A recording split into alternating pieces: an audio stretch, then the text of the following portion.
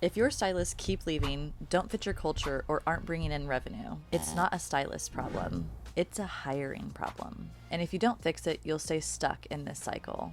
Hiring isn't about filling a chair or putting bodies in a room. It's about finding the right people to help grow your salon. Most salon owners are making hiring mistakes that are costing them time, money, and most importantly, your peace of mind. Today, I'm breaking down the biggest hiring mistakes and giving you a proven strategy to help fix them. If you want a step-by-step roadmap to hiring the right stylist for your salon, I have written down everything in a hiring ebook just for you. But more on that later. Let's get into the 4 biggest hiring mistakes that you might be making.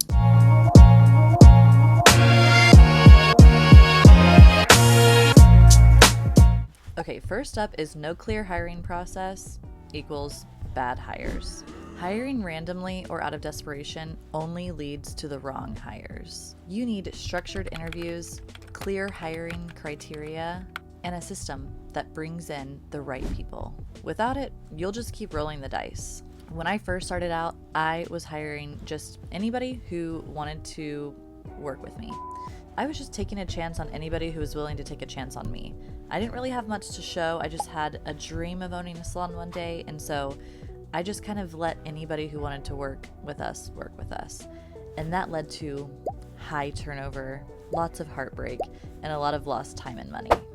So then I got super serious on my hiring process, and it made the world of a difference. Once I got clear on my hiring process, I grew my team from 7 to 16 in just a year. Okay, next, no onboarding or training plan. This is crucial. Most stylists don't fail because they're bad.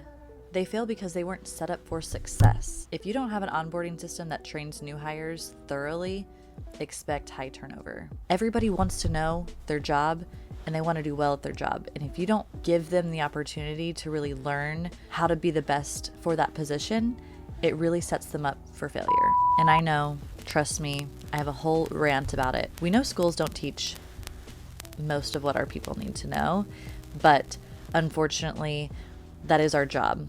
And we do have to pay them to teach them things they should have learned in school, which is a bit of a bummer. And maybe one day we can work on making schools better.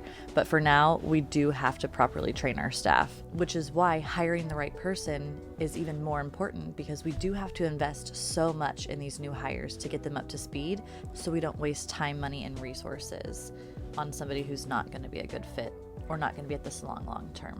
Okay, moving on. We're going to hire based on strategy, not just the vibe. Vibes are important, and we always want to make sure that we have a chemistry between a new hire. However, we can't just run off vibes. We do need a strategy. Have you ever said, I just really had a good feeling about them? Yeah, me too. I've said it multiple times. One time recently this year, we had a great feeling about a candidate, and on day 2, she texted and quit for no apparent reason. So sometimes you can't just trust your feelings on this one. For me, I know I have like a little bit of a lost puppy dog syndrome, and I think that I can like rescue people, and I see a lot of potential in people.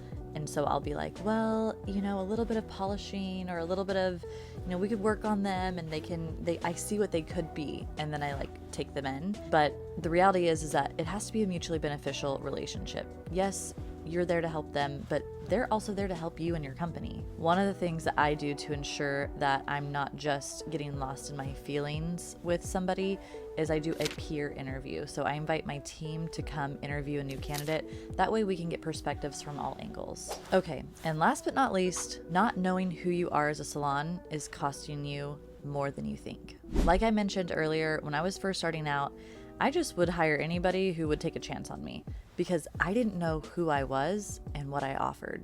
I wasn't able to clearly lay out a mission or a vision for the team to see if my long-term goals for the salon aligned with their long-term goals for their career. Once I got clear on my core values, mission, and vision, it became super easy to tell who was a good fit and who wasn't a good fit. You don't just want another stylist. You want a team member who fits your culture and believes in your mission. This is why right out of the gate, when I'm on the first phone interview with a candidate, I almost talk them out of the job. I tell them that we are a very career-oriented salon. We're very driven. This is not the salon if you want to show up, do hair, and go home.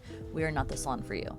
We're looking for a candidate that believes in where our company is going and is proud to be a part of it. That way, if they are the stylist that just wants to do hair and go home and not take their career as seriously as we do, they're going to get that vibe pretty immediately and bow out of the process. If you're struggling with hiring, I feel you. I've been there before. If you're ready to hire with confidence and build a strong, profitable team, my ebook has everything for you. Step-by-step hiring strategies, proven interview questions and script, how I've automated my process to accept over 328 applications without me having to do any marketing. It can be in your inbox in less than 30 seconds. Just click the link in the description and I'll send it over. I hope this video was helpful, and stay tuned because we are giving away all of our secrets that we use in our salon.